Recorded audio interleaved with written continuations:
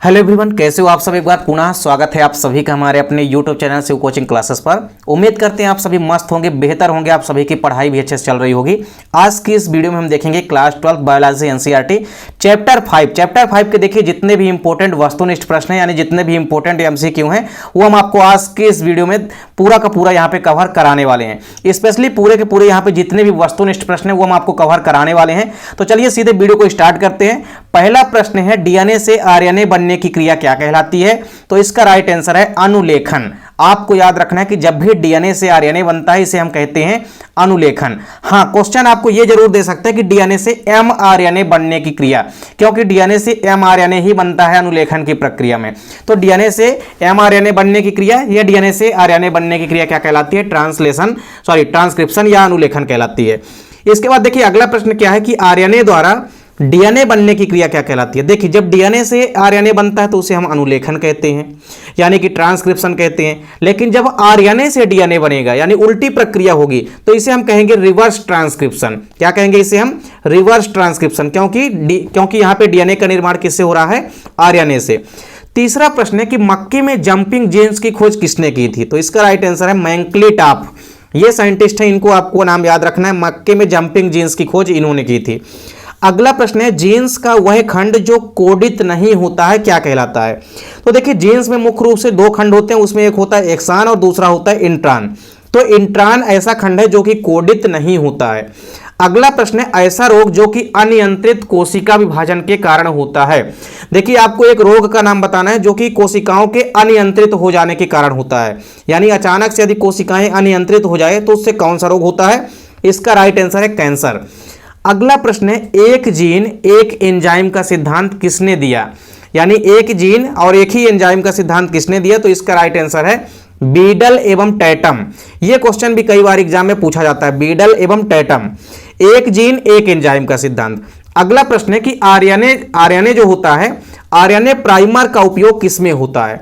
RNA primer का उपयोग आपको याद रखना है किसमें होता है? द्विगुणन की प्रक्रिया में होता है, यानी जो प्रतिकृत्यन की प्रक्रिया होती है उसमें आरएनए प्राइमर का उपयोग होता है।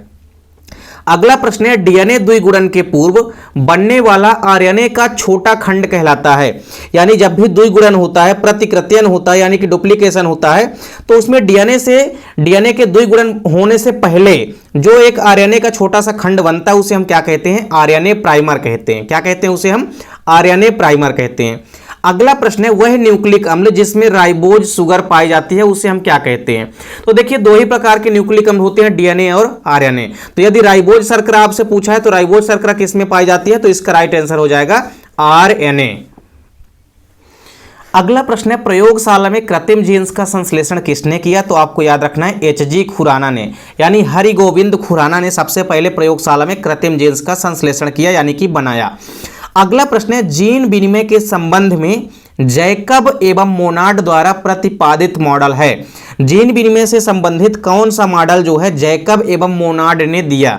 तो आपको याद रखना है ओपरान मॉडल। कौन सा मॉडल? ओपरान मॉडल को किसने दिया था? जैकब एवं मोनाड ने दिया था।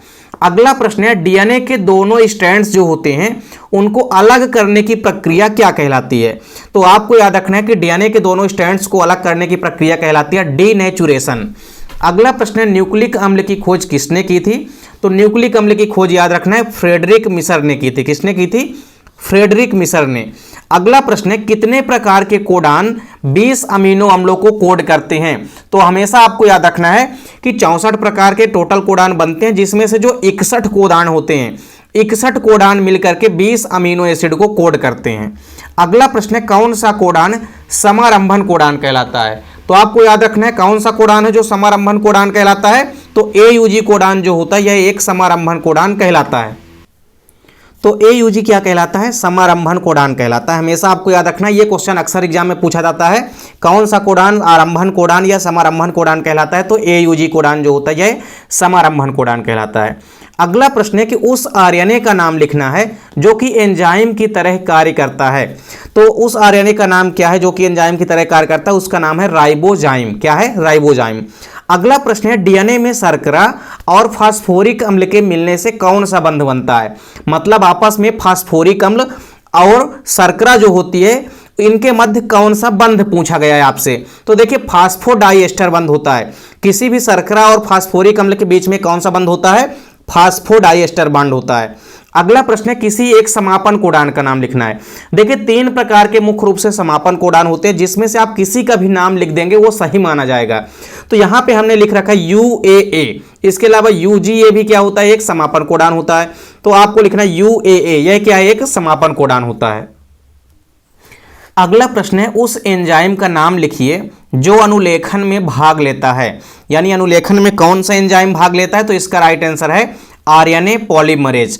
अक्सर ये क्वेश्चन आपके एग्जाम में पूछा जाता है। आरएनए पॉलीमरेज एक ऐसा एंजाइम होता है जो कि अनुलेखन यानी कि ट्रांसक्रिप्शन की प्रक्रिया में भाग लेता है। अगला प्रश्न है कि डीएनए अणु को काटने वाले एंजाइम क्या कहलाते हैं। यह भी इंपॉर्टेंट क्वेश्चन है।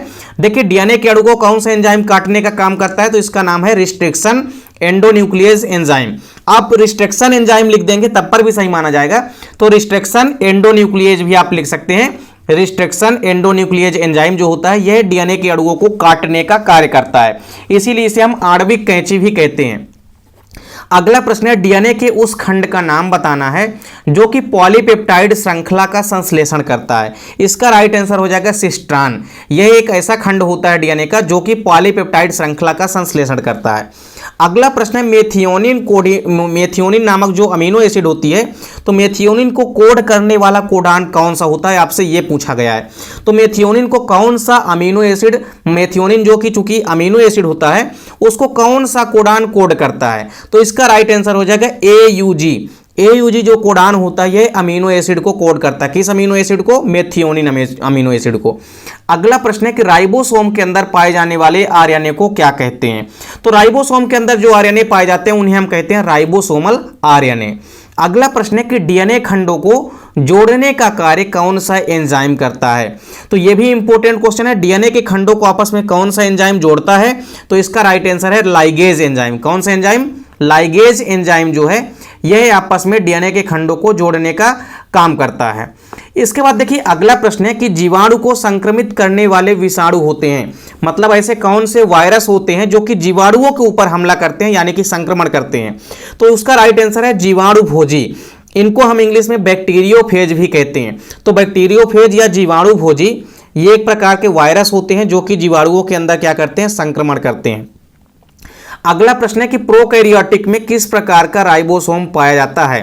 तो प्रोकैरियोटिक में आपको हमेशा याद रखना है कि 70S प्रकार का राइबोसोम पाया जाता है। किस प्रकार का, 70S प्रकार का राइबोसोम पाया जाता है। अगला प्रश्न है कि डीएनए के थाइमिन के स्थान पर आरएनए में कौन सा नाइट्रोजनी क्षारक पाया जाता है। तो देखिए डीएनए में चूंकि थाइमिन होता है और थाइमिन के स्थान पे आरएनए में आप देखेंगे कि यूरेसिल आ जाता है। क्या आ जाता है, यूरेसिल आ जाता है। तो यूरेसिल आपको याद रखना है, ये थाइमिन के स्थान पे आ जाता है किसमें, आरएनए में। अगला प्रश्न है कि एक जीन में औसतन कितने न्यूक्लियोटाइड होते हैं, मतलब किसी एक जीन के अंदर लगभग कितने न्यूक्लियोटाइड होते हैं। तो लगभग आपको याद रखना है कि 1000 यानी कि 1000 न्यूक्लियोटाइड होते हैं। अगला प्रश्न है प्रोटीन संश्लेषण की क्रिया कहां पर होती है। तो प्रोटीन संश्लेषण की प्रक्रिया होती है राइबोसोम के अंदर, इसीलिए तो हम राइबोसोम को क्या कहते हैं, प्रोटीन की फैक्ट्री कहते हैं। अगला प्रश्न है कि किसकी उपस्थिति जो होती है उसके कारण डीएनए अम्लीय होता है। क्योंकि डीएनए स्वाद में अम्लीय होता है इसीलिए तो इसका नाम ही है न्यूक्लिक एसिड, क्योंकि न्यूक्लियस के अंदर डीएनए पाया जाता है और एसिडिक प्रकृति का होता है, इसीलिए तो न्यूक्लिक एसिड कहते हैं डीएनए को। तो डीएनए जो होता है अम्लीय होता है, किसके कारण होता है, तो उसमें फास्फोरिक अम्ल पाया जाता है उसी कारण से। तो फास्फोरिक अम्ल आपको याद रखना है। अगला प्रश्न है ऑन्कोजीन की खोज किसने की थी। तो ऑन्कोजीन की खोज की थी बिशप एवं वर्नस ने। किसने की थी, बिशप एवं वर्नस ने की थी। अगला प्रश्न है जेनेटिक कोड की खोज किसने की थी। यह भी इंपॉर्टेंट क्वेश्चन है, जेनेटिक खोज की खोज किसने की थी। तो जेनेटिक कोड यानी कि जिसको हम आनुवांशिक कोड कहते हैं, इसकी खोज की थी नीरेनबर्ग ने। किसने की थी, नीरेनबर्ग ने। अगला प्रश्न है कौन सा आरएनए जो होता है वह थोड़े समय के लिए होता है। तो थोड़े समय के लिए कौन सा आरएनए होता है, केवल एमआरएनए यानी कि मैसेंजर आरएनए।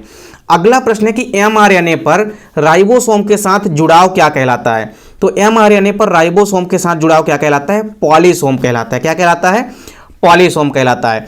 तो देखिए यहाँ पे जितने भी इंपॉर्टेंट क्वेश्चन हैं इनको आपको तैयार कर लेना है, क्योंकि डेफिनेट रूप से यदि आप इन ऑब्जेक्टिव क्वेश्चनों को तैयार कर लेते हैं, इन वस्तुनिष्ठ प्रश्नों को आप तैयार कर लेते हैं, तो चैप्टर 5 के लगभग आपकी तैयारी अच्छे से हो जाएगी। उम्मीद करता हूं वीडियो पसंद आई होगी। वीडियो अच्छी लगे तो लाइक कमेंट जरूर कीजिए, साथ ही साथ दोस्तों के बीच ज्यादा से ज्यादा वीडियो को शेयर कीजिए। चैनल पे यदि नए हैं तो चैनल को सब्सक्राइब जरूर कर लें। मिलते हैं नेक्स्ट वीडियो में, तब तक के लिए जय हिंद, वंदे मातरम।